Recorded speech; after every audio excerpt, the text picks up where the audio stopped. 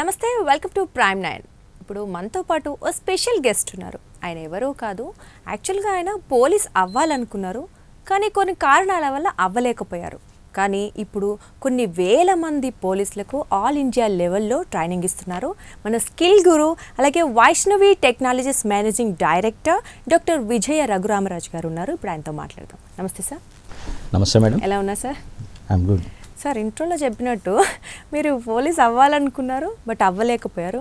కానీ మరి ఎందుకో తెలియదు, కానీ చాలా ఇయర్స్ నుంచి ఆల్ ఇండియా లెవెల్ పోలీసులందరికీ ట్రైనింగ్ ఇస్తున్నారు. మరి పోలీస్ నుంచి మోటివేషనల్ స్పీకర్ లాగా ఎలా అయ్యారు అసలు? ఓకే అండి, దీనికి ఒక రీజన్ ఉంది. ఏంటి అని అంటే, మా ఫాదర్ వచ్చేసి పోలీస్ డిపార్ట్మెంట్లో వర్క్ చేశారు. తను కానిస్టేబుల్గా రిక్రూట్ అయ్యి తను ఒక సబ్ ఇన్స్పెక్టర్ లెవెల్లో రిటైర్డ్ అయ్యారు. సో నాకు చిన్న ఉన్నప్పటి నుండి ఏంటి అని అంటే పోలీస్ అవ్వాలని చెప్పేసి చాలా ఆశ అన్నమాట. సో దానికోసం నేను సివిల్ సర్వీసెస్ రాశాను. ఈవెన్ స్టేట్ లెవెల్లో జరిగినటువంటి కానిస్టేబుల్, సబ్ ఇన్స్పెక్టర్ అన్ని రిక్రూట్మెంట్స్ కూడా వెళ్ళాను. బట్ అన్ఫార్చునేట్ థింగ్ ఏంటి అని అంటే నేను ఎందులో కూడా సెలెక్ట్ అవ్వలేదు. బట్ ఏంటి అని అంటే నాకు ఇంట్రెస్ట్ డిపార్ట్మెంట్ అంటే. సో ఎందుకంటే ప్రజలకు చాలా దగ్గరుండి మనం సర్వీస్ ఇవ్వచ్చు అనేది ఒక పాయింట్ ఉంటుంది. అయితే ఆ పాయింట్ ఆఫ్ వ్యూలో నేను చాలా మందితో మాట్లాడేవాడిని అనమాట. అయితే మాట్లాడుతున్నప్పుడు చాలామంది అనేవారు, అన్నయ్య నువ్వు చెప్పినటువంటి విషయాల ద్వారా మేము సబ్ ఇన్స్పెక్టర్స్ అయ్యాము, మేము కానిస్టేబుల్స్ అయ్యాము అని చెప్పినప్పుడు అనిపించేది, సరే నేను కాలేకున్నా కూడా కనీసం నా ద్వారా కొంతమంది అయింది కాబట్టి సో మనం మన సర్వీసెస్ని ఇంకా కొంచెం ముందుకు తీసుకెళ్దామన్న ఆలోచనలో నేను నా ట్రైనింగ్ కెరీర్ స్టార్ట్ చేయడం జరిగింది. అయితే 16 years బ్యాక్ నాకు డిపార్ట్మెంట్లో వర్క్ చేసేటువంటి, అంటే డిపార్ట్మెంట్ ద్వారా ఇన్ సర్వీస్ ఆఫీసర్స్ అంటే home guard and constable level నుండి మొదలుకుంటే ఇన్స్పెక్టర్ క్యాడర్ వరకు ఫస్ట్ మేము ట్రైనింగ్స్ ఇచ్చాము. దాన్ని ఫంక్షనల్ వర్టికల్ ట్రైనింగ్స్ అంటాం. సో అలా స్టార్ట్ అయినటువంటి నా కెరియర్ ఇప్పుడు all India level all paramilitaries, army, navy, air ఫోర్స్తో పాటుగా ఇంకా అంటే నాకు అదృష్టమైనటువంటి విషయం ఏంటంటే నేను 5 countries ఉన్నటువంటి పోలీస్ ఆఫీసర్స్ కూడా ట్రైనింగ్ ఇవ్వడం జరిగింది. అంటే ఏషియన్ కంట్రీస్ లైక్ అంటే Malaysia, Singapore, Nepal, Bhutan, Maldives and శ్రీలంకలో ఉన్నటువంటి పోలీస్ ఆఫీసర్స్ కూడా నేను negotiation skills, advance investigation crime, అలాగే సాఫ్ట్ స్కిల్స్ పైన ట్రైనింగ్ ఇవ్వడం జరుగుతుంది ఎవ్రీ టైం. అంటే ఇదే బెటర్ సార్. మీరు ఒకవేళ పోలీస్ అయి ఉంటే ఒక్క పోలీసే ఉండేవాళ్ళు మాకు. సో మీరు పోలీస్ అవ్వలేదు కాబట్టి మాకు వేలల్లో లక్షల్లో పోలీసులు ఈజీగా దొరికేస్తున్నారు అనమాట. నేను కూడా అదే అదృష్టంగా ఫీల్ అవుతాను. Definitely sir. అందుకనే అంటే డెఫినెట్లీ ఆ డిపార్ట్మెంట్కి మీరైతే ఏదో ఒక రకంగా సేవ అందిస్తున్నారనే చెప్పుకోవచ్చు. అయితే ఇప్పుడు మోటివేషనల్ స్పీకర్ కాబట్టి మీరు జనరల్గా ఇప్పుడు ఎక్కువగా అదే మన భారతదేశం ఎవరైనా భవిష్యత్ అంటే మన రేపటి ఇవాళ బాలే రేపటి పౌరులు అనే కాన్సెప్ట్తో వెళ్తాం కాబట్టి సో ఇప్పుడు యువత ఎక్కువగా అంటే లైక్ డిప్రెషన్స్ కావచ్చు, స్టడీలో ఒక క్లారిటీ లేకపోవడం, అంటే ఏది చదవాలి, చదవక ఏం చేయాలి, సో ఇలాంటివన్నీ కొంచెం కన్ఫ్యూజన్లో ఉంటున్నారు. అవి జరిగితేనా ఓకే బాగుంటుంది, జరగలేదు అంటే మళ్ళీ డిప్రెషన్లోకి వెళ్ళిపోయి ఏమేమో జరిగిపోతున్నాయి, సూసైడ్స్ అలాంటివన్నీ చేసేసుకున్నారు కదా. సో వాళ్ళు ఎందుకు అలా జరుగుతుంది, ఒకవేళ వాళ్ళు అలాంటి పరిస్థితిలో ఉంటే బయటికి ఎలా రావాలి? ఓకే, ఇది చాలా మంచి క్వశ్చన్. ఎందుకంటే ఈ రోజుల్లో పూట యువత కావచ్చు, లేకుంటే విద్యార్థులు కావచ్చు, ఏ చిన్న విషయాన్ని కూడా తట్టుకోలేకపోతున్నారు. ఎందుకు అని అంటే వీళ్ళకి కంపారిజన్స్ అనేటివి చాలా ఎక్కువైపోతున్నాయి. అంటే వీళ్ళ లైఫ్ని పక్క వాళ్ళతో కంపేర్ చేసుకుంటున్నారు. కంపారిజన్ చేసుకొని నాకంటే ఎక్కువ మార్క్స్ వచ్చాయి, లేదంటే నాకంటే మంచి ఉద్యోగం వచ్చింది అన్నటువంటి కంపారిజన్ చేసుకొని వీళ్ళు ఏం చేస్తున్నారంటే నాకు రాలేదు, నేను చెయ్యలేను అన్న ఒక దృఢ నిశ్చయానికి వచ్చేస్తున్నారు. బట్ ఇది 100% రాంగ్. అంటే ఇది తల్లిదండ్రుల యొక్క డిఫాల్ట్ అనొచ్చు మనం. ఎందుకనంటే వీళ్ళను చిన్న ఉన్నప్పటి నుండి నీకు A+ ఎందుకు రాలేదు, నీకు డిస్టింక్షన్ ఎందుకు రాలేదు, నువ్వు స్కూల్ టాపర్ రావాలి కదా అని చెప్పేసి పిల్లల్ని చాలా చాలా ప్రెషరైజ్ చేస్తున్నారు. సో చదువులో మార్క్స్ అనేటివి just it's a entry ticket. అంటే ఫర్దర్ స్టడీస్ కోసం ఈ మార్క్స్ అనేటివి ఎంట్రీ టికెట్ లాంటివి మాత్రమే. సో మెయిన్గా స్టూడెంట్స్ చేయాల్సింది ఏంటంటే గెయినింగ్ నాలెడ్జ్. అంటే ఆ సబ్జెక్టుకు సంబంధించినటువంటి నాలెడ్జ్ని గెయిన్ చేసినప్పుడు వాళ్ళు ఎటువంటి పరిస్థితినైనా తట్టుకోగలుగుతారు. కానీ ఇక్కడ జరుగుతుంది ఏంటి అంటే బలవంతంగా సబ్జెక్ట్స్ని మీద రుద్దబడుతున్నాయి. ఓకే, ఈవెన్ స్కూల్స్లో కూడా మనం అదే చూస్తున్నాం. తల్లిదండ్రులనే కాదు, ర్యాంక్స్ గురించి తపన పడుతూ సో స్కూల్స్ కూడా అలాగే ఉన్నాయి కదా. సో దీనివల్ల ఏమవుతుందంటే లేనటువంటి ప్రెషర్ అనేది ఒకటి మనం ఏమంటారు తీసుకొచ్చుకొని పైన పెట్టుకున్నట్టు అవుతున్నది, క్రియేట్ చేసుకుంటున్నారు. అంటే ఇండివిజువల్గా ఎవరిది వాళ్ళే ఒక ప్రెషర్ని క్రియేట్ చేసుకొని ఆ ప్రెషర్లోనే ఉంటూ కొంతమంది స్టూడెంట్స్ ఇంట్రోవర్ట్స్గా ఉండి ఉండి ఉండి వాళ్ళ యొక్క బాధను కానీ వాళ్ళ ప్రెషర్ని కానీ ఎవరితో పంచుకోవాలో తెలియక, ఇటు పేరెంట్స్ చెప్తే పేరెంట్స్ కూడా అర్థం చేసుకోలేక, స్కూల్కి వెళ్తే స్కూల్లో ఉన్నటువంటి టీచర్స్ వీళ్ళని అర్థం చేసుకోలేక వీళ్ళు ఏంటంటే కంప్లీట్గా డిప్రెషన్లోకి వెళ్ళిపోతున్నారు. అంటే ఎక్కడ చూడండి ఎంతసేపు మార్క్స్ మార్క్స్ మార్క్స్, నీకు ఎంత టాప్ ర్యాంక్ వచ్చింది, నువ్వు ఎన్ని మార్క్స్ స్కోర్ చేసావని చెప్పేసి అడగడం వల్ల కూడా వీళ్ళు చాలా మటుకు డిప్రెషన్లోకి వెళ్ళిపోతున్నారు. సో నేను చెప్పొచ్చేది ఒకటే, సబ్జెక్ట్ నేర్చుకోండి, మార్క్స్ అనేవి ఆటోమేటిక్గా వస్తాయి. బట్ మీరు మార్క్స్ కోసమే ట్రై చేస్తే ఏమవుతుందంటే బట్టి మనం ఎగ్జామ్ రాసినట్టుగా ఉంటుంది. అంటే అది ఎగ్జామ్ మందం మాత్రమే మనకు ఉంటుంది, తర్వాత మనం సబ్జెక్ట్ అనేది మర్చిపోతాం. సో అందరికీ, ఈవెన్ పేరెంట్స్ కూడా నా రిక్వెస్ట్ ఏంటంటే మీ పిల్లల్ని ప్రెజరైజ్ చేయకండి. చేయడం ద్వారా వాళ్ళు వాళ్ళ యొక్క బంగారు భవిష్యత్తును కోల్పోతారు. సో పిల్లలకి ఏం చెప్తారు అసలు, ఎలా బయటికి రావాలి పిల్లలు? ఓకే, దీంట్లో ఏంటి అంటే ఎప్పుడు కూడా పక్క వాళ్ళతో కంపారిజన్ చేసుకోవద్దు. ఎందుకంటే పిల్లలు కూడా, ఎందుకంటే ఎవరి నాలెడ్జ్ అనేది వాళ్ళకే ఉంటుంది. అంటే ఇండివిజువల్ ఇది. ఇక్కడ ఒక అబ్బాయి మ్యాథ్స్లో పర్ఫెక్ట్ ఉన్నాడు అని అంటే వేరే అబ్బాయి సైన్స్లో పర్ఫెక్ట్ ఉండొచ్చు, ఇంకో అతను సోషల్లో పర్ఫెక్ట్ ఉండొచ్చు, ఇంకొక సబ్జెక్ట్లో పర్ఫెక్ట్ ఉండొచ్చు. బట్ ఇక్కడ ఏమవుతుందంటే ఓవరాల్గా ప్రతి ఒక్కరూ ప్రతి సబ్జెక్ట్లో ది బెస్ట్ కావాలని చెప్పి ట్రై చేస్తున్నారు. నథింగ్ రాంగ్ ఇన్ దట్, చేయడంలో తప్పు లేదు. బట్ రానంత మాత్రాన అయ్యో నాకు భవిష్యత్తు లేదు, నేను ఈ మార్క్స్ సాధించలేకపోయాను అని కొన్ని డిప్రెషన్లోకి వెళ్ళడం మాత్రం కరెక్ట్ కాదు. ఎందుకనంటే చాలా తక్కువ మార్క్స్ వచ్చి జస్ట్ కంపార్ట్మెంటల్లో పాస్ అయినటువంటి వాళ్ళు కూడా ఈరోజు దేశాన్ని అంటే ఒక అగ్రస్థానంలో ఉన్నటువంటి చాలామంది ఉన్నారు. అంటే చాలామంది ఐఏఎస్ ఐపీఎస్ ఆఫీసర్స్ కూడా చాలా తక్కువ మార్క్స్ వచ్చినటువంటి వాళ్ళు కూడా ఉన్నారు. సో మనం తలుచుకుంటే భవిష్యత్తు మన చేతిలో ఉంటుంది. అంటే మనం ఏ విధంగానే మలుచుకోవచ్చు, కానీ ఇక్కడ నుంచే దాన్ని ఏ విధంగా మలుచుకోవాలనేది మన చేతిలో ఉంటుంది. లైక్ అంటే ఒక బిల్డింగ్ అనేది ఎట్లా మనం చేస్తాం, మన పునాది ఏ విధంగా ఉండాలి, దాన్ని ఏ విధంగా మనము కన్స్ట్రక్షన్ అంటే ప్లానింగ్ ఎగ్జిక్యూషన్ చేస్తూ వెళ్ళాలనేది మన చేతుల్లో ఉంటుంది. అంట so thought process is important. అంటే ఎటు వెళ్ళినా మనం ఐదర్ అది బాగా ఉండాలి, టాప్లా ఉండాలంటే ఇట్స్ ఓకే ట్రై చేస్తాం, లేదు అవ్వలేకపోతే టేక్ చేసుకోవాలి, అంటే తీసుకోవడం నేర్చుకోవాలి ఫస్ట్, ఏదైనా పాజిటివ్ ఆర్ నెగిటివ్ థింగ్. అది కదా సార్ ఇంపార్టెంట్. ఎందుకంటే ఇప్పుడు చాలామంది ఒక మార్కు 2 మార్కులతో మనము సబ్జెక్ట్లో ఫెయిల్ అయ్యాము అని అంటే దాన్ని తీసుకోలేకపోతున్నారు. నో అనేది అసలు వినలేకపోతున్నారు ఈ మధ్య. ఎందుకంటే ముఖ్యంగా అంటే అబ్బాయిలతో కంపేర్ చేస్తే అమ్మాయిల్లో ఈ లక్షణం అనేది ఇంకెక్కువ అయిపోతుంది.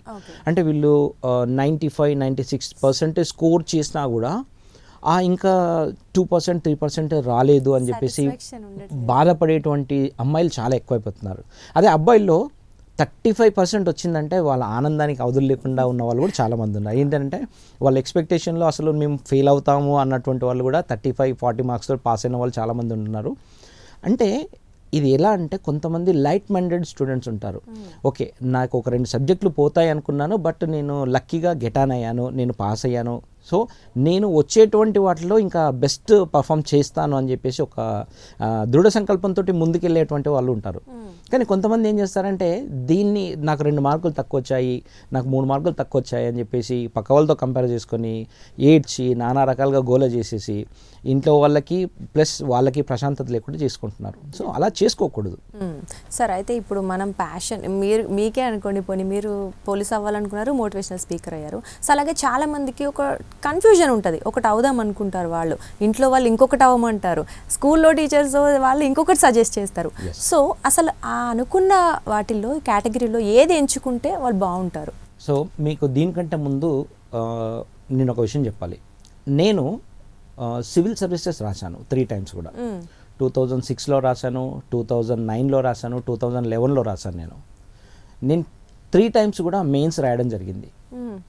సో నేను 2010 ఆ టైంలో కూడా నేను గ్రూప్ 1 కూడా రాశాను. తర్వాత నేను ఇంటర్వ్యూ కూడా అటెండ్ అయ్యాను. బట్ నాకు ఇంటర్వ్యూలో రాలేదు. సో నేను ఎక్కడ కూడా నేను అంటే ఆ క్షణం అయ్యో నాకు రాలేదు అన్న ఒక చిన్న బాధ ఉండే. బట్ ఏంటి అని అంటే నేను ఏదైతే అనుకున్నానో, అంటే నేను పోలీస్ డిపార్ట్మెంట్లో చేరాలనుకున్నాను, పోలీస్ డిపార్ట్మెంట్కి ప్రయత్నం అంటే దాంట్లో వర్క్ చేయాలనుకున్నాను. లక్కీగా నాకు ఒక అవకాశం వచ్చింది, అంటే యాజ్ ఎ ట్రైనర్గా నాకు అవకాశం వచ్చింది కాబట్టి నేను దాన్ని సద్వినియోగం చేసుకుంటూ ముందుకెళ్తున్నాను. అంటే సాటిస్ఫాక్షన్ ఈజ్ వెరీ ఇంపార్టెంట్ లైఫ్లో. సక్సెస్ ఎట్లా వస్తుంది? ఇప్పుడు చాలామంది ఏమంటారు, మీ సిగ్నేచర్ ఆటోగ్రాఫ్గా మారినప్పుడు మీ సక్సెస్ అని చెప్పేసి అంటారు. బట్ నేను అలా చెప్పను. ఈరోజు ఎంతమంది ఆటోగ్రాఫ్ తీసుకుంటున్నారు? అంతే కదా మీరు ఆటోగ్రాఫ్ తీసుకొని ఎన్ని సంవత్సరాలు అవుతుంది?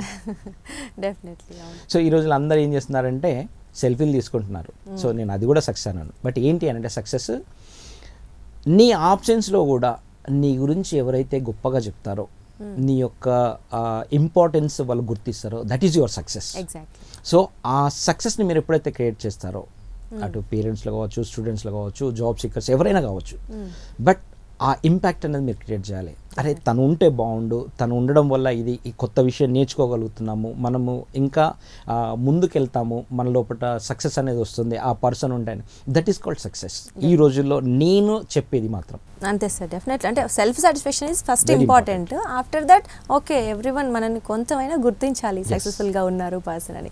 రైట్. ఓకే సార్, అయితే సక్సెస్ఫుల్గా ఉన్న పర్సనాలిటీలో కూడా మనం చూస్తే వాళ్ళు అంటే వాళ్ళు ఏదైతే అచీవ్ చేయాలనుకుంటారో ఎవ్రీథింగ్ అచీవ్ చేస్తారు, కానీ అది కొంతకాలం తర్వాత వాళ్ళు మరి మేము ఓకే అంత బాగున్నాం అనుకుంటారేమో, సక్సెస్ని నిలబెట్టుకోలేకపోతున్నారు కదా.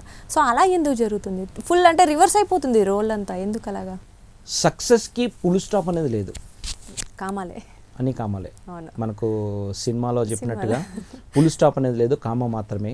ఎందుకంటే ఎవరైతే కొత్త విషయాలు నేర్చుకుంటూ వెళ్తారో వాళ్ళకి ఎప్పుడు కూడా సక్సెస్ కంటిన్యూ వస్తుంది. నేను ఆల్రెడీ సక్సెస్ అయిపోయాను, నాది ఇంతవరకే అనే ఎవరైతే దాన్ని నేర్చుకోవడం ఆపేస్తారో, బట్ అక్కడ నుంచి వాళ్ళ డౌన్ఫాల్ కానీ వాళ్ళ ఫెయిల్యూర్ కానీ స్టార్ట్ అవుతుంది.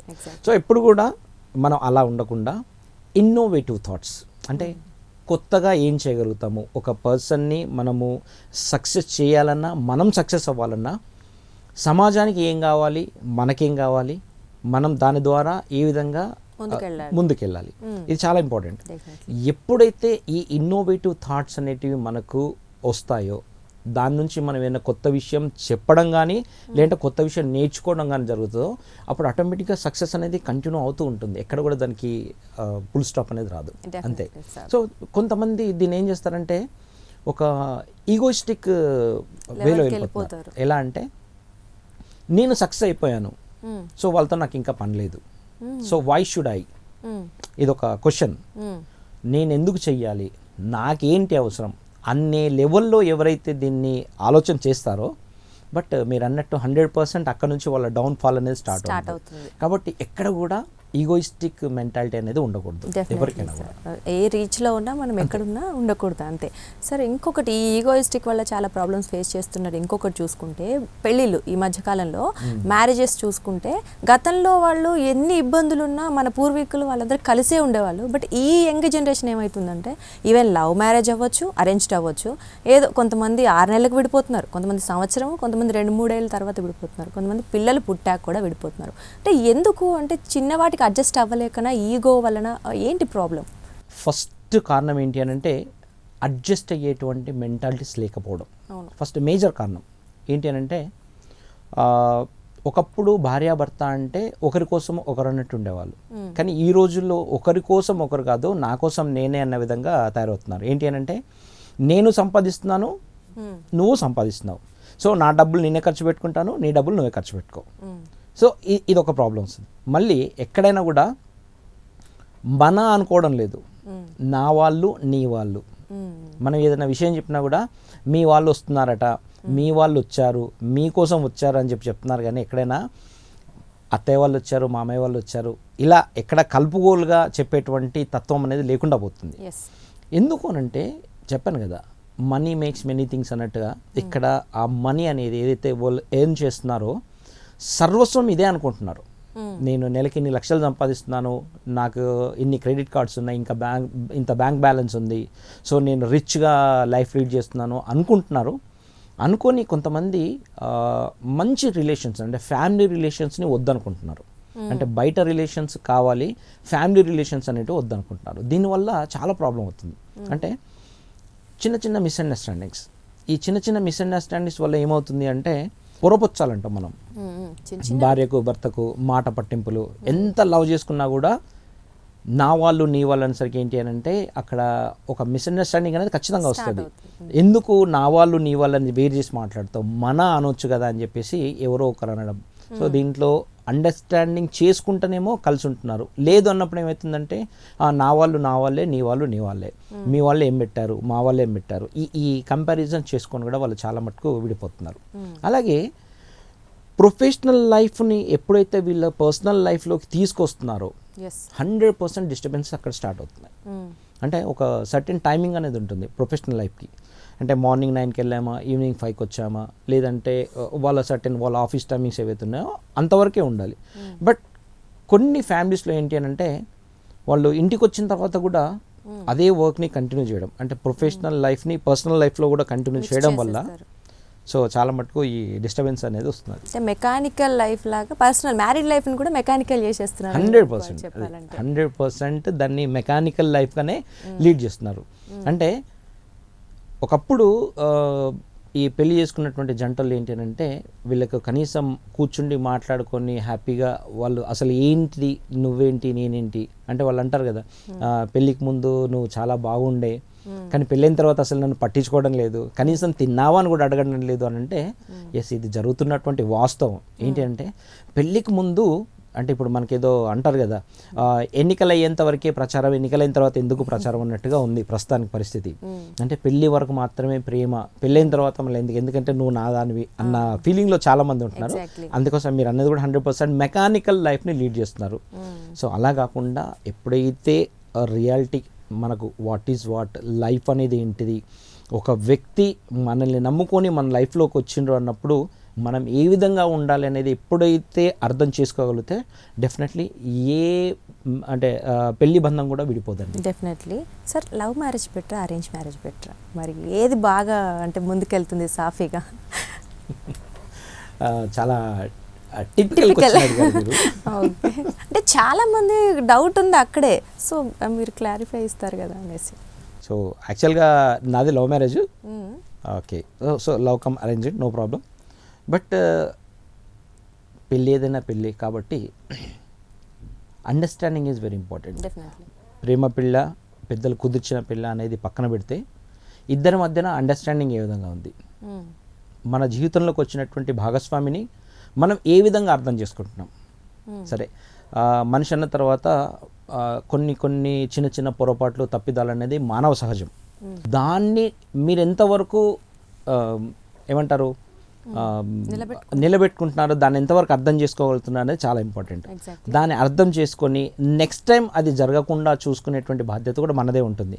కానీ ప్రతిసారి దాన్నే వేలెత్తి చూపెట్టి నువ్వు ఇలా చేసావు అంటే ప్రేమ పెళ్ళికైనా పెద్దలు కుదిర్చిన పెళ్ళికైనా అర్థం లేకుండా పోతుంది. కాబట్టి నేను చెప్పొచ్చు అది ఒకటే, ఏ పెళ్ళి చేసుకున్నా కూడా ఫస్ట్ ఇద్దరి మధ్యన మంచి అండర్స్టాండింగ్ ఉండాలి. సో డబ్బు ఉందా, ఉద్యోగం ఉందా సెకండరీ. ఎందుకంటే ఇప్పుడు చాలామందిని చూస్తున్నాము, సార్ మాకు సాఫ్ట్వేర్ సంబంధాలే కావాలి, లక్షల్లో ప్యాకేజ్ ఉన్నటువంటి అమ్మాయిలు అబ్బాయిలే కావాలి, బీటెక్ చేసిన వాళ్ళే కావాలి, లేదంటే ఫారెన్లో ఉన్నటువంటి వాళ్ళు మాత్రమే కావాలని చెప్పేసి అంటున్నారు. పెళ్ళిళ్ళు చేసిన తర్వాత 6 నెలలు కూడా వాళ్ళు కరెక్ట్ సంసారం చేయడం లేదు. ఎందుకు అని అంటే ఇప్పుడు రిజిస్ట్రేషన్ కావచ్చు, లేదు అంటే కొన్ని కంపెనీస్ ఏం చేస్తున్నాయంటే వాళ్ళ ఎంప్లాయీస్ని తీసేస్తున్నారు. చాలామంది ఏం చేస్తున్నారంటే మంచి సంబంధం, లక్షల్లో డబ్బు వస్తుంది, ప్లస్ మంచి కంపెనీలో చేస్తున్నారని చెప్పేసి పెళ్లి చేసిన వాళ్ళు ఏదో బ్యాడ్ లక్లో అంటే కంపెనీ తీసుకున్నటువంటి నిర్ణయాల వల్ల జాబ్ కోల్పోతే ఇమీడియట్గా ఏం చేస్తున్నారంటే నీ భర్తకు జాబ్ లేదు లేదా నీ భార్యకు జాబ్ లేదు కాబట్టి వద్దు అన్న లెవెల్లో కూడా చాలామంది పేరెంట్స్ ఇన్వాల్వ్మెంట్ వల్ల కూడా ఈ ఏదైతే పెళ్లి జీవితాలు కొంచెం దెబ్బతింటున్నాయి. అలా ఒకప్పుడు ఎలా ఉండే అంటే అత్తామామలు అనేవాళ్ళు కొద్దిగా సపోర్ట్ చేసేవాళ్ళు. అంటే కోడలైనా అల్లుడైనా ఎవరైనా కూడా అత్తామామలు అనేవాళ్ళు సపోర్ట్ చేసేవాళ్ళు, అంటే జీవితాన్ని నిలబెట్టడానికి సపోర్ట్ చేసేవాళ్ళు. కానీ ఈ రోజుల్లో ఏం చేస్తున్నారంటే మీ ఆయనకు జాబ్ లేదు, లేదంటే నీ ఆవిడకి జాబ్ లేదు, వద్దు, మనీ మైండెడ్. సో అలా తయారవుతున్నారు. కాబట్టి చాలా మటుకు వివాహ వ్యవస్థ అనేది దెబ్బతింది. చేంజ్ అనేది అందరిలో వస్తే కొంతవరకే ఆ వివాహ బంధం అనేది నిలబడుతుంది అనమాట. సో ముఖ్యంగా భార్యాభర్తలు ఇద్దరికే రావాలన్నప్పటికీ చుట్టూ ఉన్న వాళ్ళ మాటలు వినకపోవడం కూడా అనేది ఇంపార్టెంట్. కాబట్టి అంటే ఈ కంపారిజన్స్ ఎక్కువైతుంది. చెప్పాను కదా, నేను ఫస్ట్ నుండి చెప్తున్నాను. ఏంటి అని అంటే పక్క వాళ్ళు కారు కొన్నారు, మనం కూడా కారు కొనుక్కుందాం, పక్క వాళ్ళు ఫ్లాట్ కొన్నారు, మనం కూడా కొనుక్కుందాం, పక్క వాళ్ళు ఇంత మంచి క్రెడిట్ కార్డు వాడుతున్నారు, మనం కూడా వాడుతున్నాం అంటే లేని గొప్పలకు పోవడం. ఇది కూడా చాలా మటుకు వివాహ వ్యవస్థ దెబ్బతింటానికి కారణం. సో మన స్తోమత ఏంటి, మన స్తోమతకు తగ్గట్టు మనం ఉందాము అన్న ఆలోచన పక్కన పెట్టి పక్క వాళ్ళని కాపీ కొట్టడం జరుగుతుంది ఎక్కువ మటుకు.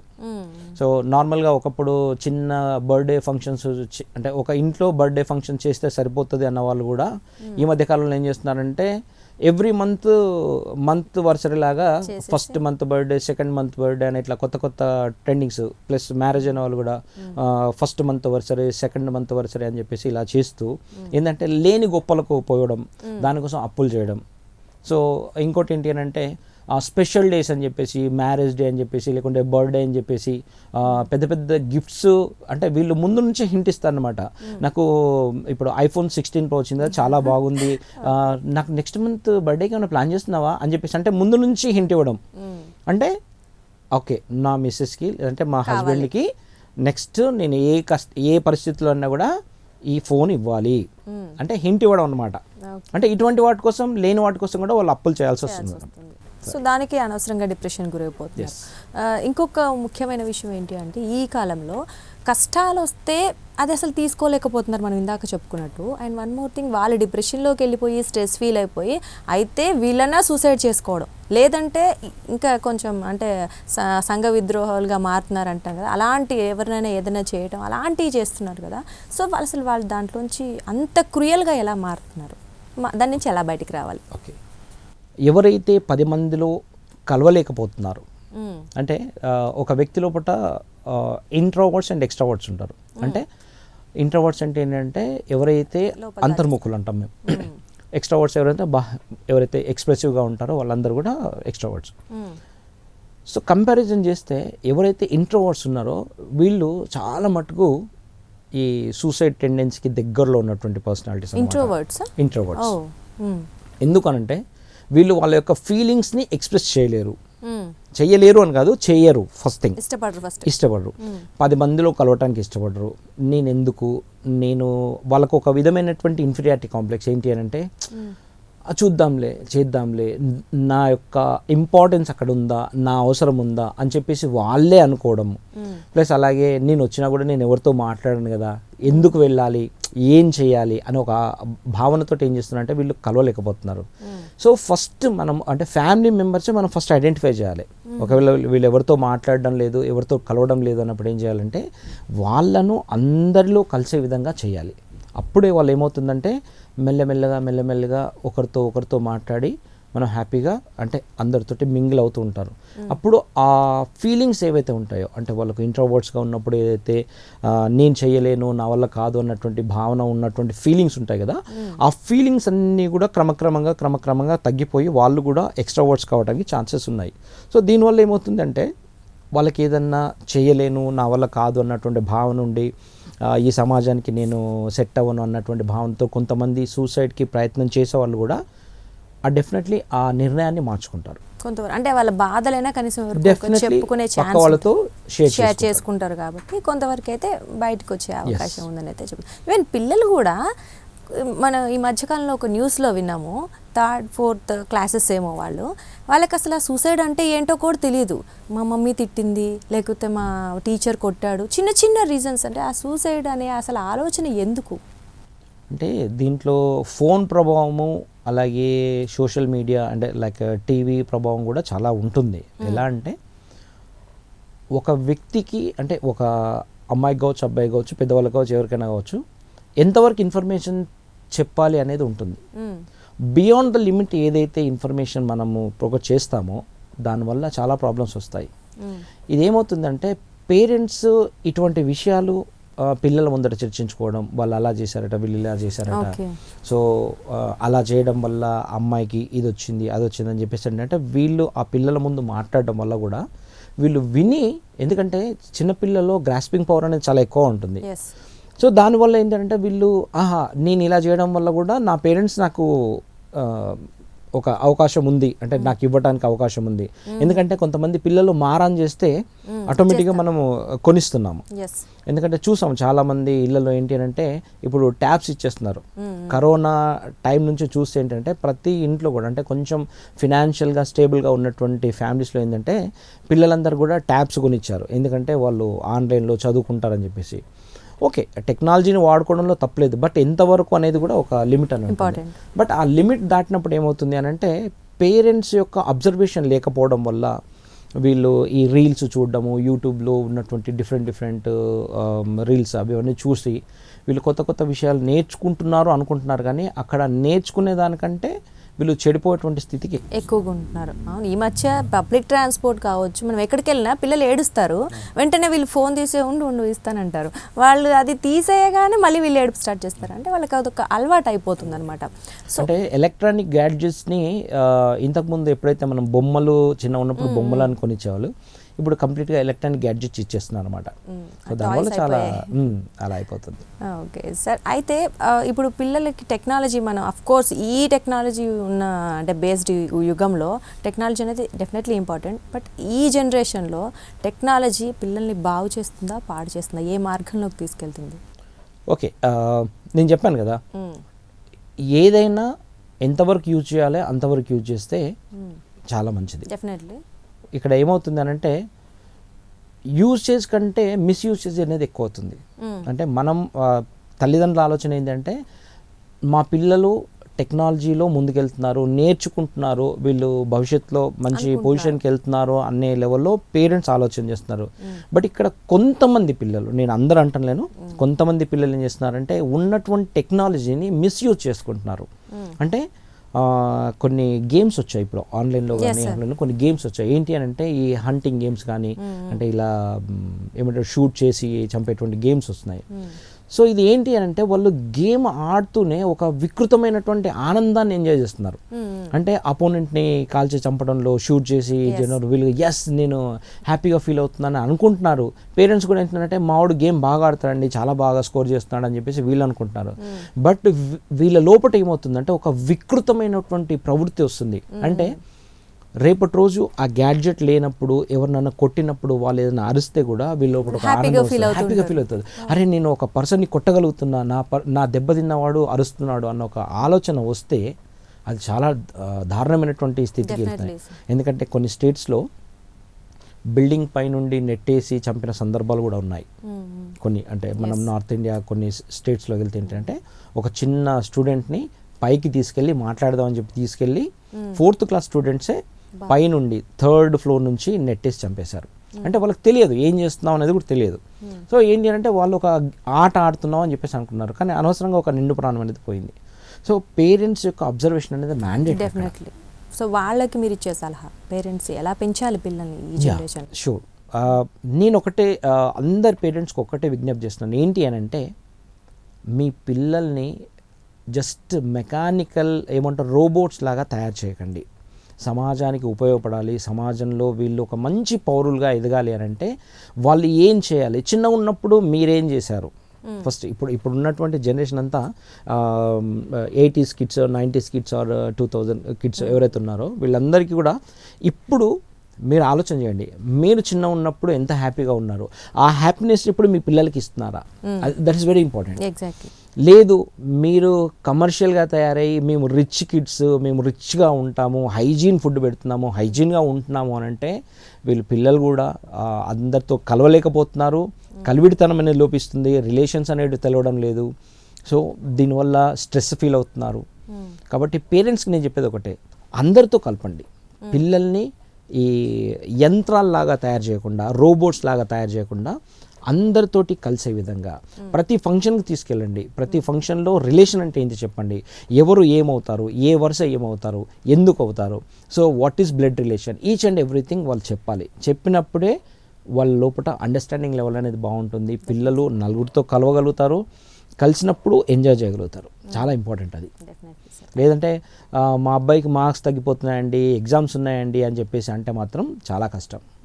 సార్, ఇప్పటివరకు మీరు చాలా చోట్ల మోటివేషనల్ స్పీకర్గా అన్ని స్పీచ్లు ఇచ్చి ఉంటారు, చాలామందిని ట్రైన్ చేసి ఉంటారు, వాళ్ళకి మార్చి ఉంటారు. బట్ మీరు ఇచ్చిన దానిలో మీకు బెస్ట్ అనిపించింది కావచ్చు, లేదా అవతల నుంచి వాళ్ళ కాంప్లిమెంట్స్ ఎక్కువ వచ్చింది కావచ్చు, దేనికి సంబంధించి సార్? నా దగ్గరికి చాలామంది అంటే స్టూడెంట్స్ కావచ్చు, లేదు అని అంటే జాబ్ సీకర్స్ వస్తారనమాట. వచ్చినప్పుడు సార్ నేను చాలా మటుకు కాంపిటేటివ్ ఎగ్జామ్స్కి ప్రిపేర్ అయ్యాను, బట్ నాకు రావడం లేదు అని చెప్తాను అన్నమాట చాలామంది. అంటే ఇక్కడ ఏంటి అని అంటే వీళ్ళు ఎందుకు సక్సెస్ అవ్వడం లేదు అనేది ఒక అనలైజ్ చేస్తాం నార్మల్గా. అంటే వీళ్ళు కరెక్ట్ చదువుతున్నారా లేదా, లేదు చదివినా కూడా వీళ్ళకి ఎందుకు మార్క్స్ రావడం లేదు అంటే ఇట్లా ప్రతిదాన్ని అనలైజ్ చేస్తాం అనమాట. అయితే ఒక అబ్బాయి వచ్చాడు నా దగ్గరికి, సార్ నేను చాలా మటుకు ప్రయత్నం చేశాను బట్ నాకు రావడం లేదు అని అంటే, సరే నువ్వు రోజుకి ఎన్ని గంటలు చదువుతున్నానంటే సార్ నేను 8 to 9 అవర్స్ చదువుతున్నాను అని చెప్పాడు. సరే అని చెప్పేసి ఒకరోజు ఆ అబ్బాయితో పాటు నేను కూడా టైం స్పెండ్ చేయడం జరిగింది. ఏం చదువుతున్నావని. బట్ ఆ అబ్బాయి చదివేదానికి ఏంటి అని అంటే కంప్లీట్గా క్లమ్జీ సబ్జెక్ట్స్ అనమాట. అంటే ఒక సబ్జెక్ట్కి ఒక సబ్జెక్టు రిలేటెడ్ లేకుండా వాళ్ళు ఎవరైతే టైం షెడ్యూల్ ఇచ్చారో ఆ టైం షెడ్యూల్ అంటే వాళ్ళకి ఎవరో వేరే స్టడీ సర్కిల్ వాళ్ళు ఒక టైం షెడ్యూల్ ఇచ్చారు. ఆ టైం షెడ్యూల్ ప్రకారం తను చదువుతూ వస్తున్నాడు అనమాట. మేము చూసాం, వెళ్ళి చూస్తే ఆ అబ్బాయి అసలు ఒక సబ్జెక్ట్ నుంచి ఇంకో సబ్జెక్ట్కి మారినప్పుడు అసలు సబ్జెక్ట్కి సంబంధం లేకుండా చదవడం జరుగుతుంది. చూసాను, నేను చూసి అలా ఒక 2 days అబ్జర్వ్ చేశాను. చదివిన తర్వాత అతన్ని అడిగాను, నువ్వు ఈ సబ్జెక్టు ఇన్ని గంటలు చదివావు కదా, సో నువ్వు ఎన్ని పాయింట్స్ దీంట్లో నోట్ చేసావు, ఎంత కాన్ఫిడెంట్గా నువ్వు చెప్పగలుగుతావు అంటే, సార్ నాకు ఉన్నటువంటి ప్రాబ్లం అదే ఏంటి అని అంటే నేను ఇన్ని గంటలు చదువుతున్నాను కానీ నాకు ఎక్కడ కూడా సబ్జెక్టు రావడం లేదని చెప్పాడు. అంటే నేను నీకు ఇక్కడ ఏమవుతుంది అంటే ప్రతి సబ్జెక్టు కూడా నీకు క్లమ్జీ అయిపోతుంది. అంటే దానికి ఒక సంబంధం లేకుండా సబ్జెక్ట్ చదవడం వల్ల నీకు గ్రాస్పింగ్ పవర్ అనేది లేకుండా పోతుందని చెప్పేసి తర్వాత మేము ఒక టైం టేబుల్ తయారు చేసామన్నమాట. టైం టేబుల్ తయారు చేసి ఎన్ని గంటలు చదవాలి అంటే అబ్బాయి అన్నాడు, సార్ నేను డైలీ 7 to 8 hours అట్లా 9 hours చదువుతున్నానంటే లేదు అవసరం లేదు, మేము ఇచ్చిన time table just morning 2 hours night 2 hours చదువు అని చెప్పాను. ఆ అబ్బాయి ఉన్నాడంటే సార్ ఎలా సార్ ఎట్లా పాసిబుల్ అవుతుంది, ఓన్లీ 4 hours మీరు చెప్తున్నారు అని అంటే, ఎస్ నీ ప్రొడక్టివిటీ టైం ఏదైతే ఉందో ది బెస్ట్ టైం, ఆ టైం ఎప్పుడో ఐడెంటిఫై చేయి. అంటే నువ్వు ఏ టైంలో చదివింది బాగా గుర్తుంటుంది. అంటే చాలామంది సైకాలజిస్టులు కానీ డాక్టర్స్ కానీ టీచర్స్ ఎవరైనా చెప్పేది ఏంటంటే ఎర్లీ మార్నింగ్ మనము బ్రహ్మముహూర్తం అంటాం నార్మల్గా 4-4:30 ఆ టైం ఇది, ఆ టైంలో చదివితే చాలా బాగుంటుంది అని చెప్తారు. బట్ ఇది అందరి స్టూడెంట్స్కి అప్లికేబుల్ కాదండి ఇది. ఎందుకంటే నేను చాలామంది స్టూడెంట్స్ తోటి అంటే ఎగ్జామ్స్ పాయింట్ ఆఫ్ వ్యూలో నేను ప్రిపేర్ అయ్యాను, ప్లస్ వాళ్ళతో టైం స్పెండ్ చేశాను కాబట్టి నేను చెప్తున్నాను. అందరు స్టూడెంట్స్కి ఇది అప్లికేబుల్ కాదు. ఎందుకంటే కొంతమంది ప్రొడక్టివిటీ టైం అనేది డిఫరెంట్గా ఉంటుంది. సో ఓకే, ఫ్రెష్ మైండ్తో చదవడం వల్ల చాలామందికి వస్తాయనడంలో తప్పు లేదు. బట్ ఏంటి అని అంటే నిద్ర మొత్తం అనేది వదిలినప్పుడు చదివితేనే గుర్తుంటుంది. కానీ చాలామంది ఏం చేస్తారంటే నిద్ర మొత్తులో ఉండి చదవడం వల్ల ఆ టైంని ఎఫెక్టివ్గా యూటిలైజ్ చేసుకోలేకపోతున్నారు. సో ఈ పాయింట్ని ఆ అబ్బాయికి ఫస్ట్ చెప్పాను నేను, నువ్వు 7 hours చదివినా కూడా నీ ప్రొడక్టివిటీ టైం అనేది 7 hoursలో లేదు. సో ఫస్ట్ ఆఫ్ ఆల్ నీ టైం ఏంటి అనేది చూడు ఒకసారి అని చెప్పిన తర్వాత ఆ అబ్బాయి ఆ 2 hours మార్నింగ్ 2 hours ఏ టైంలో చదవగలిగితే నేను పర్ఫెక్ట్గా అనేది చూసుకున్నాడు. ఆ అబ్బాయి కూడా ఆ 2 hours మళ్ళీ సేమ్ అలాగే నైట్లో కూడా 2 hours చదివి, సో అతను ఇప్పుడు సివిల్ సబ్ ఇన్స్పెక్టర్గా వర్క్ చేస్తున్నాడు. సో అతను ఆల్రెడీ 3 times సెలక్షన్స్కి వెళ్ళాడు, ఎగ్జామ్ రాశాడు, బట్ ఎక్కడ కూడా స్కోర్ అని రాలేదు. బట్ తర్వాత అతను ఎప్పుడైతే 2018 ఆ టైంలో నన్ను అప్రోచ్ అయినప్పుడు చెప్పడం జరిగింది. సో ఇప్పుడు ప్రజెంట్ ఇక్కడనే మన రాచకొండ కమిషనరేట్లో వర్క్ చేస్తున్నాడు. సో హ్యాపీ అనిపిస్తుంది. అంటే ఒక వ్యక్తి మన ద్వారా వర్క్ చేసి ఇక్కడ నాగరాజు అని చెప్పేసి ఆ అబ్బాయి మా విలేజ్. సో బట్ ఆ అబ్బాయి నన్ను అంటే వేరే పర్సన్ ద్వారా ఇట్లా రఘురామరాజు మనతో పాటు ప్రాక్టీస్ చేసేవాడు, సో తను ఇలా ట్రైనింగ్ ఇస్తున్నాడు అని చెప్పేసి తెలిసి నన్ను అప్రోచ్ అయ్యి నన్ను కలవడం జరిగింది. సో 2018 బ్యాచ్లో సబ్ ఇన్స్పెక్టర్గా. సో ఏంటి అంటే తను ఇక్కడ రాచకొండలో సెలెక్ట్ అయ్యాడు. సో ఇక్కడనే చేస్తున్నాడు అనమాట. సో హ్యాపీ అనిపిస్తుంది. ఏంటంటే మనం కాకుండా మనం చెప్పినటువంటి కొన్ని విషయాల ద్వారా తను అయ్యాడు అని అంటే హ్యాపీ అనిపిస్తుంది అనమాట. ఇక్కడ నాలెడ్జ్ కాదు, నాలెడ్జ్ ఉండడం వేరు, ప్రాపర్ ప్లానింగ్ తోటి దాన్ని ఎలివేట్ చేయడం అనేది ఇంపార్టెంట్ కదా. అక్కడ అదే జరిగింది. అంటే మేము ఎవరికైనా స్టూడెంట్కి చెప్పేటప్పుడు కూడా ఆ నాలెడ్జ్ అనే దాన్ని ప్రతి లెటర్కి ఒక్కొక్క మేము డిఫరెంట్ అంటే మీనింగ్ ఇస్తాం అనమాట. KNOWL అనేది సపరేట్గా రాసి EDG అనేది మళ్ళీ సపరేట్ రాస్తాం. రాసినప్పుడు చెప్తాం అనమాట, know your least edge. Knowledge అనేది ఎలా చెప్తామంటే నో యువర్ లీస్ట్ ఎడ్జ్, నీ లోపల ఉన్నటువంటి ది బెస్ట్ ఏంటి దాన్ని తెలుసుకోవడం. ఎలా అంటే know about your self. K stands for know about your self. First నీ గురించి నీకేం తెలుసు, ఫస్ట్ మన గురించి మనకు తెలిస్తే మనం ఏదైనా సాధించవచ్చు. అందుకోసమే know about your self. Never give up mind set. ఎక్కడ కూడా మనం అనుకున్నది సాధించేంత వరకు కూడా దాన్ని వదిలిపెట్టద్దు, ప్రయత్నం చేస్తూనే ఉండాలి. అంటాం keep on trying until you get the success అన్నట్టు. Never give up mind set and not negative. ఎప్పుడు కూడా నెగటివ్ థాట్స్ వద్దు, నేను సాధించగలుగుతా, ఇది కాకుండా ఇంకోటి వస్తుంది. అంటే మేము ఎట్లా అంటే కుండల దొంతర అని చెప్పేసి ఒకటి ఉంటుంది అనమాట కాన్సెప్ట్. ఎట్లా అంటే ఒక పెద్ద కుండలన్నింటినీ ఒకదానిపైన ఒకటి పెడతారు. పెట్టిన తర్వాత ఏం చేస్తారంటే ఆ కుండల్ని ఏం చేయాలన్నమాట, అంటే ఆ కుండల్ని పగలగొట్టాలి. వాళ్ళు ఏం చేస్తారంటే సార్ కింద నుండి పగలగొట్టాలా పైన నుండి పగలగొట్టాలి, మేము ఏం చెప్తాం మీ ఇష్టం, మీరు ఏ కుండని పగలగొట్టండి. చాలామంది ఏం చేస్తారంటే పై కుండనే టార్గెట్ చేస్తారు. అయితే ఏమవుతుంది, లక్కీగా పగిలితే పైది పగలవచ్చు, లేదు అంటే కిందిదన్నా పగలవచ్చు. అంటే మేము చెప్పేటువంటి విధానం కూడా అలా ఉంటుంది. ఏంటంటే నువ్వు ఒక జాబ్ కావాలనుకుంటున్నావు, అంటే గ్రూప్ 2 రాయాలనుకుంటున్నావు, గ్రూప్ 1 రాయాలనుకున్నప్పుడు నీ ప్రిపరేషన్ అనేది సివిల్ సర్వీసెస్కి తగ్గట్టు ఉండాలి. ఎగ్జాక్ట్లీ. సివిల్ సర్వీసెస్కి ప్రిపేర్ అయితే ఏంటంటే నీకు సివిల్ సర్వీసెస్ రావచ్చు, లేదు సివిల్ సర్వీసెస్ లెవెల్లో నువ్వు ప్రిపేర్ అవుతావు అంటే నీకు గ్రూప్ 1 రావస్తుంది. నువ్వు గ్రూప్ 1 లెవెల్లో ప్రిపేర్ అయ్యావు, నీకు అంతా బాగుంది అన్నప్పుడు ఏంటంటే ఖచ్చితంగా గ్రూప్ 2 తాకుతుంది. సో అట్లా సో ఈ మైండ్ సెట్ అనేది చేసుకోవాలి, నాట్ నెగిటివ్. సార్ నాకు అది రాదు, కాదు, ప్రయత్నం చేస్తే నువ్వు సక్సెస్ అవుతావు. అది. And O stands for one opportunity, only opportunity. అంటే జీవితంలో అవకాశం రాకపోవచ్చు, కాబట్టి వచ్చినటువంటి ఏ అవకాశాన్నైనా, చాలా మందికి నేను చెప్పేది, వచ్చినటువంటి ఏ అవకాశాన్నైనా ఒడిసి పట్టుకోవాలి. ఆ ఒడిసి పట్టుకుంటేనే మనం ముందుకెళ్ళగలుగుతాం. అంతేగాని నాకు అది వస్తేనే నేను ఖచ్చితంగా వెళ్తానని చెప్పేసి చాలామంది పెద్ద పెద్ద పొజిషన్స్లో వదులుకున్నటువంటి వాళ్ళు చాలామంది ఉన్నారు. సో అది అంటే ఈ రోజుల్లో మాత్రం నేను ఖచ్చితంగా దాన్ని మూర్ఖత్వం అంటాను. ఎందుకంటే ఇప్పుడు నీకు సమాజంలో ఒక ఉన్నతమైనటువంటి పొజిషన్కి వెళ్ళాలనుకుంటున్నావు, చిన్నగా స్టార్ట్ చేయి, వద్దునే వాళ్ళు లేరు. ఎందుకంటే ఇప్పుడు మా దగ్గర అంటే నేను కరీంనగర్ నుండి వచ్చాను.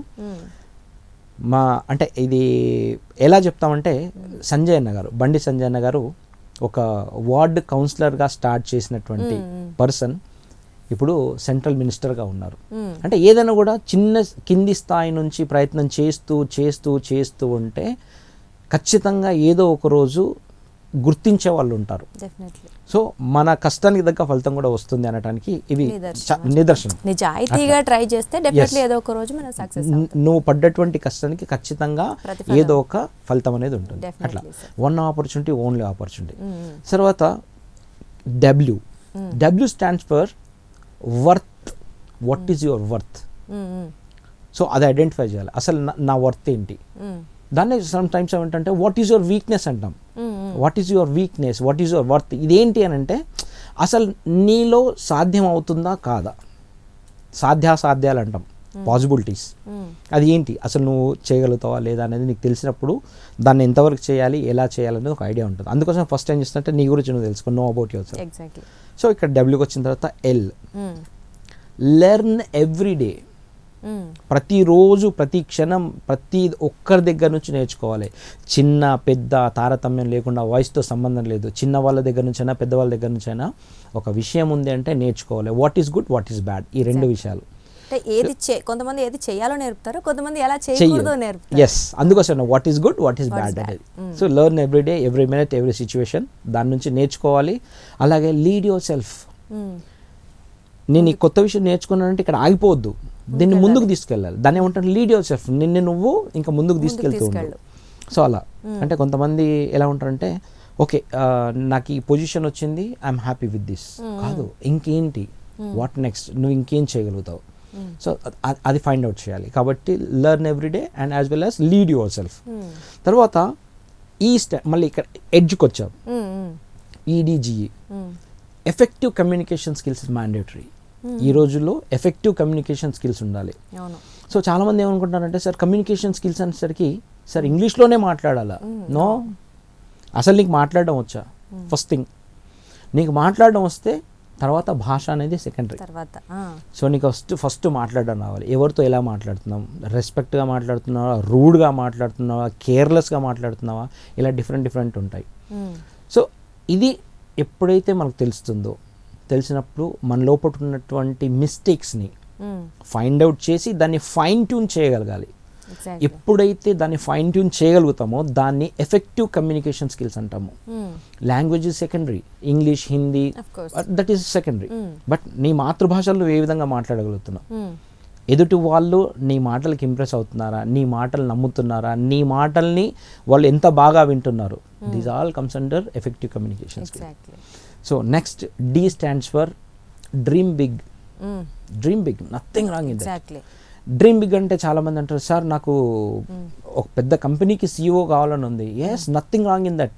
బట్ దానికోసం నీ ఫౌండేషన్ ఎక్కడుంది, నీ లోపల ఉన్నటువంటి లీడర్షిప్ క్వాలిటీస్ కావచ్చు, లేకుంటే నీ లోపల ఉన్నటువంటి ఎంప్లాయబిలిటీ స్కిల్స్ కావచ్చు, ఎంతవరకు క్యాపబుల్గా ఉన్నాయి. సో ఆ డ్రీమ్ని నువ్వు చేరుకోవాలంటే నువ్వు ఏం చెయ్యాలి, ఎస్ నువ్వేం చేస్తున్నావు, ఏం చెయ్యాలి. సో నీకు ఎంత టైం ఉంది, ఎందుకంటే ఇక్కడ టైం అనేది కూడా చాలా ఇంపార్టెంట్.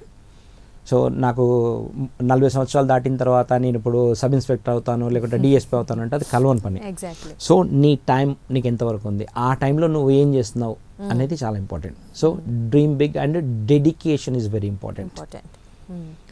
నువ్వు ఏదన్నా కావాలనుకుంటే దానికి తగ్గ విధంగా అంకిత భావంతో పనిచేయాలి. డెడికేషన్ ఇన్ సెన్స్ అంకిత భావం, అలాగా. సో అలాగే G, what are your goals. నీ జీవితంలో నీకున్నటువంటి గోల్స్ ఏంటివి, ఆ గోల్స్ని చేరుకోవడానికి నువ్వు ఏం చేస్తున్నావు. సో దీంట్లో గోల్స్ చాలామంది రీచ్ అవుతున్నారు, బట్ ఎంతమంది గ్రాటిట్యూడ్ కలిగి ఉంటున్నారు, చూపిస్తున్నారు. G అనేది చూడండి, గోల్స్ ఉన్నాయి లైఫ్లో, ఆ గోల్స్ని రీచ్ అవుతున్నాం, బట్ ఎంతమంది గ్రాటిట్యూడ్ని చూపెడుతున్నారు. సో నువ్వు ఒక హ్యూమన్ బీయింగ్, ఒక క్యారెక్టర్ ది బెస్ట్ అన్నప్పుడు ఏంటంటే గ్రాటిట్యూడ్ అనేది చాలా important. So last and final E stands for eternal values. అత్యంత విలువైనటువంటి మానవత విలువలు, హ్యూమన్ వాల్యూస్ అంటాం, వాటిని నైతిక విలువలు అంటాం మనం. ఇవన్నీ ఉన్నాయా లేవా? ఏదో 10 మంది చూస్తున్నారని చేయడం కాదు, 10 మంది కోసం చేయడం కాదు. నువ్వు ఒంటరిగా ఉన్నప్పుడు నీ లోపల ఉన్నటువంటి మనిషి ఏ విధంగా ఆలోచిస్తున్నాడు, సమాజం కోసం కావచ్చు, నీ కుటుంబం కోసం కావచ్చు, నీ వ్యక్తిగత అభివృద్ధి కోసం కావచ్చు, 10 మంది మంచి కోసం ఆలోచిస్తున్నారా, లేదంటే నీ స్వార్థం కోసం నువ్వు ఆలోచన చేస్తున్నావు అనేది చాలా ఇంపార్టెంట్. సో 10 మంది హితం కోసం, 10 మంది శ్రేయస్సు కోసం, నా వల్ల అయింది నేను బెస్ట్ చేస్తాను అన్నప్పుడు ఇవన్నీ కూడా ఎటర్నల్ వాల్యూస్ కిందకి వస్తాయి. సో ఈ నాలెడ్జ్ అనేది చాలా ఇంపార్టెంట్. ఈ నాలెడ్జ్ ఎవరికైతే ఉంటుందో ఆ వ్యక్తి ఎక్కడ కూడా వెనుతిరిగి చూసుకోవాల్సినటువంటి అవసరం లేదు, ఆటోమేటిక్గా ముందుకు వెళ్ళిపోతుంటారు. చాలా బాగా చెప్పారు నిజంగా. So the one last question is, అంటే ఇప్పుడు అందరికీ ఉపయోగపడుతుందేమో ఒక డౌట్ ఏంటంటే, చాలామంది ఒక ప్రాబ్లం రాగానే దాన్ని ఎలా సాల్వ్ చేసుకోవాలో డెఫినెట్లీ తెలియదు. అండ్ ప్రతి ఒక్కళ్ళకి మోటివేట్ చేయడానికి అందరూ అందుబాటులో ఉండరు కదా. సో అలాంటి సిచ్యువేషన్లో, ఒంటరిగా ఉన్న సిచ్యువేషన్లోనే మనం చెప్పుకున్న ఈ సూసైడ్ అటెంప్ట్స్ కావచ్చు, ఎవరినైనా ఏమన్నా కొట్టడము, చంపేయడం, అలాంటివి ఎక్కువ జరుగుతుంటాయి. అంటే ఒంటరిగా వాళ్ళ ఉన్న సమయంలో జరుగుతుంటాయి. సో ఆ టైంలో వాళ్ళు సెల్ఫ్ మోటివేట్ చేసుకొని దాని నుంచి ఎలా బయటికి పడాలి, ఆ ఎగ్జాక్ట్ దట్ మూమెంట్లో అనేది అక్కడ ఇంపార్టెంట్. ఇది ఇప్పుడు చెప్పాను కదా, మనిషి లోపల 2 రకాల ఉంటుంది. ఒకటి ఏంటంటే ఇంట్రోవర్ట్స్ అండ్ ఎక్స్ట్రావర్ట్స్. కొంతమంది యాంబివర్ట్స్ ఉంటారు, అంటే ద్విముఖులు ఉంటాం. ఎలా అంటే 10 మందిలో ఉన్నప్పుడు 10 మందితో కలిసిపోయే విధంగా ఉంటారు, ఒంటరిగా ఉన్నప్పుడు ఒంటరిగా ఉన్న దాన్ని కూడా ఎంజాయ్ చేసేటువంటి పర్సన్. సో నేను యాంబివర్ట్స్, నేను 10 మందిలో ఉన్నప్పుడు 10 మందిలో ఉంటాను, నేను ఒంటరిగా ఉన్నప్పుడు కూడా సో నేను సోలో కూడా. అయితే మేనేజ్ యువర్ థాట్ ప్రాసెస్ అంటాం మనం. మనకు వచ్చేటువంటి ఆలోచనలను మనం మేనేజ్ చేసుకోగలిగితే డెఫినెట్లీ మనకు ఉన్నటువంటి ఏ ప్రాబ్లమ్స్ అయినా బయటికి రావచ్చు. ఎందుకంటే భగవద్గీతలో శ్రీకృష్ణుడు అర్జున్కి చెప్పాడు అన్నమాట. ఏంటి అని అంటే, ఇక్కడ ఒక వాక్యం రాయి, ఆ వాక్యం ఎలా ఉండాలి అని అంటే, బాధలో ఉన్న వాళ్ళు చూస్తే సంతోషపడాలి, సంతోషంగా ఉన్న వాళ్ళు చూస్తే బాధపడాలి అనేది విధంగా ఒక వాక్యం రాయమని చెప్పేసి అంటాను. అప్పుడు అర్జునుడు ఒక వాక్యం రాస్తాడు, ఈ సమయం వెళ్ళిపోతుంది అని. అంటే చూడండి ఎంత మీనింగ్ ఉంది ఆ ఒక్క సెంటెన్స్లో, ఈ సమయం వెళ్ళిపోతుంది అని. అంటే ప్రతి ఒక్క వ్యక్తికి ప్రాబ్లమ్స్ ఉంటాయి, వస్తాయి, పోతాయి. కాబట్టి దాని గురించి ఎక్కువగా ఆలోచించడానికి లేదు. ఎందుకనంటే సేమ్ ఇటువంటి సిచ్యువేషన్ ఇంకోటి చెప్తాను, అదే భగవద్గీతలో చెప్తాడు. నీకు ఒక సమస్య వచ్చింది అన్నప్పుడు, ఆ సమస్యకు నీ దగ్గర పరిష్కారం ఉంది అన్నప్పుడు దాని గురించి నువ్వు ఎందుకు బాధపడాలి? ఎందుకంటే దానికి పరిష్కారం ఉంది. ఉన్నప్పుడు దాని గురించి నువ్వు బాధపడి ఏంటి ప్రయోజనం? పరిష్కారం ఉందన్నప్పుడు ఆ పరిష్కారం కోసం ప్రయత్నం చేయి. డెఫినెట్లీ నువ్వు ఆ పరిష్కారం ప్రయత్నం చేస్తే ఆ బాధ నుంచి విముక్తుడం అవుతావు, ఆ సమస్య నుండి బయటకు వస్తావు. So happy. లేదు నీకు ఒక సమస్య వచ్చింది, దానికి అసలు పరిష్కారమే లేదు, నీవు చేయాల్సింది ఏం లేదు అన్నప్పుడు దాని గురించి ఆలోచించాల్సిందే ఉంది. ఎందుకంటే జరగాల్సింది ఎప్పుడు కూడా జరుగుతూ ఉంటుంది. కాబట్టి ఏ ప్రాబ్లమ్ని ఎంతవరకు తీసుకోవాలి అంతవరకు మాత్రమే తీసుకోవాలనేది నేను చెప్పేటువంటి విషయం. So too much is too bad ఎక్కడైనా కూడా. సో ఎవరికైనా ఏంటి అని అంటే ఒక ప్రాబ్లం వచ్చింది అన్నప్పుడు దాన్ని ఓవర్కమ్ అవ్వాలంటే ఫస్ట్ థింగ్ ఏంటి అని అంటే ఈ ప్రాబ్లం నా ఒక్కనికే కాదు చాలామందికి ఉంది, చాలామంది వాళ్ళు ఎలా బయటపడ్డారన్న ఆలోచన చేయగలిగితే డెఫినెట్లీ దాని నుంచి బయటకు వస్తాం. సో టెన్షన్ పడాల్సింది ఏం లేదు, అస్సలు పడాల్సిన అవసరం. So exactly sir, super. అంటే నేను నిజంగా చెప్పాలి అంటే ఇది విన్న తర్వాత నేనే చాలా మోటివేట్ అయ్యాను, మన వాళ్ళు చాలామంది ఇంకా ఎక్కువ మోటివేట్ అవుతున్నారని అనుకుంటున్నాను. లైక్ అంటే ఒక థాట్ ప్రాసెస్ అనేది ఒక మనిషికి ఎంత ఇంపార్టెంట్ అనేది ఇప్పుడు మీ ద్వారా మేము తెలుసుకున్నాము. Thank you so much for your valuable words Vijaya Raghuramaraju garu. Thank you so much. Thank you for this best opportunity.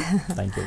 Okay అండి, చూసారు కదా, అంటే మనం ఏ ప్రాబ్లంలో ఉన్నా దానికి ప్రతిదీ మన థాట్స్ అనేవి ఇంపార్టెంట్. దానికి సొల్యూషన్ వెతకాలా లేదా దాన్ని ఇంకా ఎక్కువ మన లోతులోకి తీసుకెళ్లాలనేది మన థాట్స్ మీద డిపెండ్ అయి ఉంటుంది అంటున్నారు రఘురామరాజు గారు.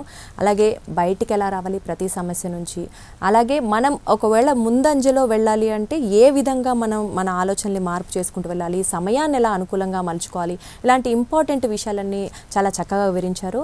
అలాగే ప్రస్తుతం సమాజాన్ని పీడిస్తున్న చాలా సమస్యల గురించి చాలా వివరంగా, చాలా అంటే దానికి ఒక పరిష్కార మార్గం కూడా చెప్పారు. సో ఇలాంటివన్నీ తెలుసుకొని ఫాలో అయితే ప్రతి ఒక్కళ్ళు వాళ్ళ లైఫ్లో వాళ్ళు అనుకున్న గోల్ రీచ్ అవ్వడమే కాదు 10 మందికి స్ఫూర్తిగా నిలుస్తారు. సో ఇలా ఉంటే అందరూ బాగుంటారు. Thank you so much.